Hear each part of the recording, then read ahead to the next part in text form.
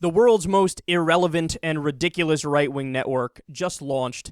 It's a Tea Party channel called One America Network. Dinesh D'Souza went on to promote his new movie and bash liberals.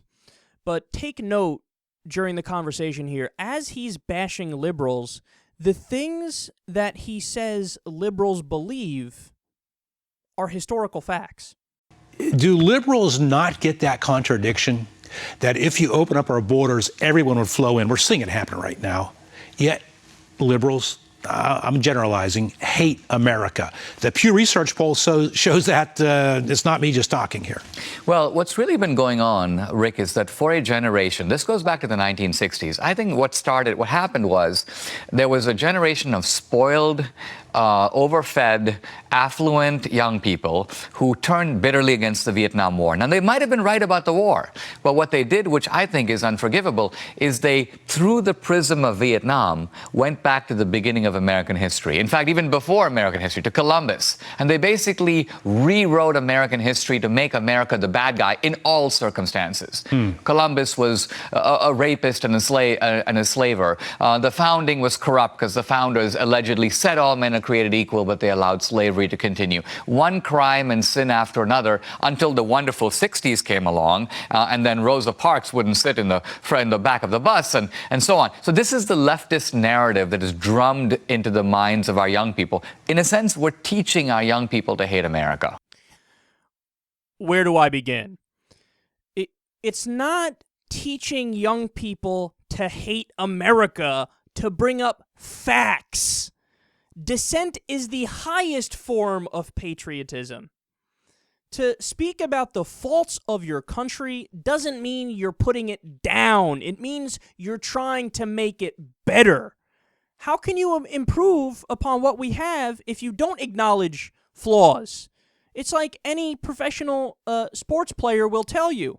Well, what I do is I realize where the weakness in my game is, and then I bust my ass on my weakness to try to make it my strength. It's the same thing for a country.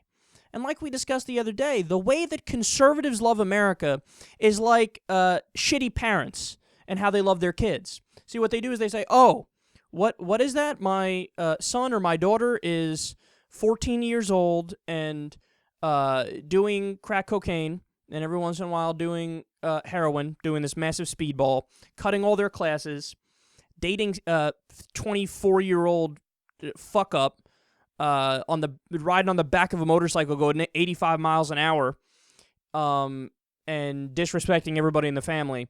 Hey, don't say anything. Don't say that. It doesn't matter. This 14-year-old is perfect. No discipline necessary. And the liberals are the people who would look at that situation and go, no.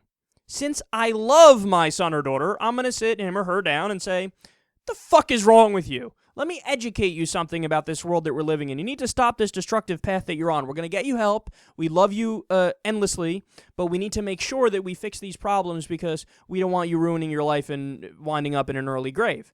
But they love the country in the most childish way imaginable. And it's not even really love.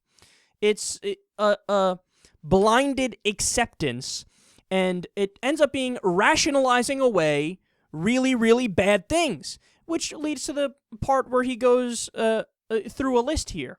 He's like, according to these liberals, Vietnam, they protested Vietnam, and then they went back in history and they said that everything America did was wrong. Like, they said Columbus was a rapist and an enslaver. Columbus was a rapist and an enslaver. Have you not read about Christopher Columbus? That's the thing. He's mocking facts. It's so childish. It's so easy for us to respond to you because we are right. That is true. Doesn't matter if you like it or don't like it. It's a fact, Dinesh D'Souza.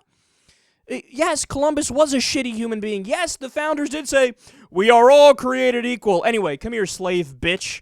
Sit over there. I'm gonna whip you, and I'm gonna fuck your wife. That's what I'm gonna do. I'm gonna break up your family. I'm gonna be vicious to you. Those are facts.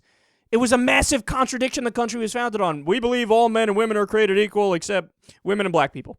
Fuck them. And Native Americans. Remember, last week we did the story. Dinesh D'Souza denies that the Native American genocide happens. I'm not kidding.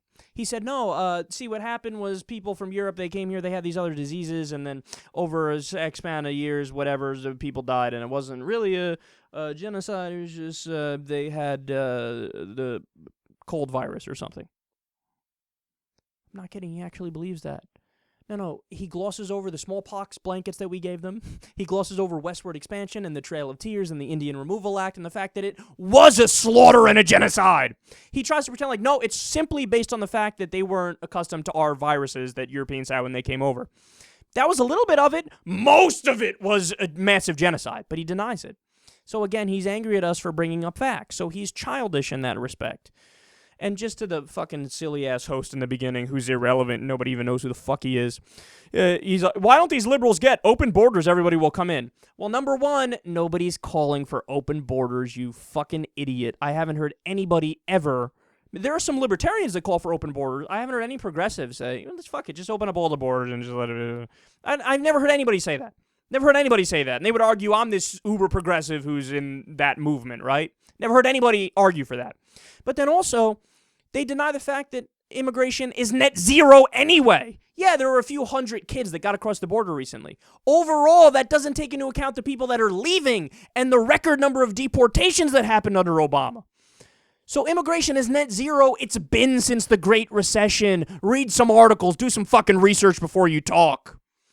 And then finally, the Pew poll proves that liberals hate America. You know what that Pew poll actually said? Liberals said, we're not proud of the country. How does that mean you hate America? It doesn't mean you hate America. It means exactly what it says. They're not proud of the country. Now, why are they not proud of the country? Oh, I don't know. Maybe the war in Iraq where well over 100,000 innocent civilians were killed and millions of people were displaced. Maybe the war in Afghanistan where we also killed a tremendous amount more civilians and about over 4,000 of our own troops died. Maybe our 900 military bases. Maybe the $7 trillion we wasted in Iraq by 2053. Maybe our rampant militarism. Maybe they actually read the history books and figured out certain things that we did. Maybe the massive income inequality that we have in the country where 400 people have more wealth than the bottom 50% of the country. Maybe the Wall Street bailouts pissed him off a little bit. Maybe the fact that Obama said he was going to change the political game and he didn't change anything. He's pretty much continuing the status quo. Maybe since we haven't raised the minimum wage in a long time, we don't even have a living wage. We have a massive working poor class. Maybe these things are why people aren't fucking proud. No, they don't hate America. They're actual patriots because they want to improve us and create a more perfect union, just like the founders wanted. But apparently you don't.